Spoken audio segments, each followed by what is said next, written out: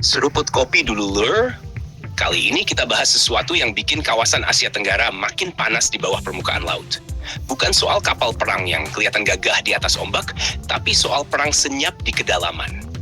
Karena ketika Indonesia resmi mengoperasikan Carry Canopus Minep di Diga 6, peta kekuatan bawah laut regional otomatis berubah. Kenapa? Karena ini bukan kapal biasa. Carry Canopus bukan kapal tempur yang bawa rudal, bukan juga kapal fregat yang bisa duel terbuka. Tapi justru inilah mata dan telinga di dasar laut. Kapal ini punya kemampuan pemetaan dasar laut sampai kedalaman 11.000 meter. Artinya apa? Artinya hampir semua titik strategis laut dalam di kawasan bisa dipetakan dengan detail tinggi. Dan ini penting banget kalau kita bicara soal kapal selam.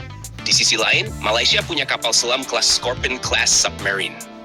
Kapal selam ini dikenal cukup canggih untuk ukuran regional. Senyap, punya torpedo modern, dan dirancang untuk operasi laut dalam. Tapi kapal selam, sehebat apapun, tetap bergantung pada kondisi geografis dan data bawah laut. Disinilah permainan berubah. Karena perang bawah laut bukan cuma soal siapa paling senyap, tapi siapa yang paling paham medan. Carry Canopus dilengkapi sensor bawah laut canggih, sistem survei hidrografi presisi tinggi, serta wahana tanpa awak seperti AUV, Autonomous Underwater Vehicle, dan ROV, Remotely Operated Vehicle. Dengan AUV, kapal drone bawah laut untuk menyisir area tanpa perlu kapal utama mendekat. Dengan ROV, bisa melakukan inspeksi detail di kedalaman ekstrem. Bayangkan skenarionya.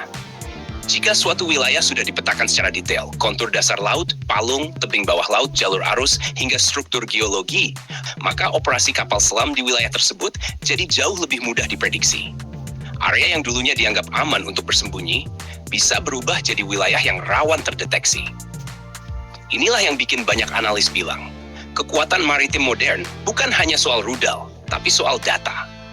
Malaysia dengan Scorpion memang punya daya pukul.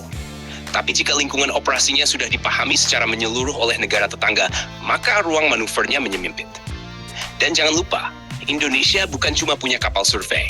Kita juga punya pesawat patroli maritim seperti CN-235 versi anti kapal selam, kapal perang dengan sonar modern, dan jaringan radar maritim yang terus diperkuat. Artinya, kemampuan deteksi bawah laut bukan berdiri sendiri. Sekarang kita masuk ke poin strategis. Selat Malaka, Laut Natuna, hingga perairan sekitar Kalimantan dan Sulawesi adalah jalur vital. Bukan cuma jalur dagang, tapi juga jalur militer. Kapal selam idealnya beroperasi di wilayah yang dalam dan kompleks. Tapi Asia Tenggara punya banyak laut dangkal, selat sempit, dan arus kuat. Lingkungan seperti ini justru lebih mudah dipetakan dan dianalisis. Jika data dasar laut sudah lengkap, maka algoritma akustik bisa disesuaikan. Sistem sonar bisa dioptimalkan berdasarkan karakteristik lokal. Bahkan anomali kecil pun bisa lebih cepat dikenali. Artinya apa?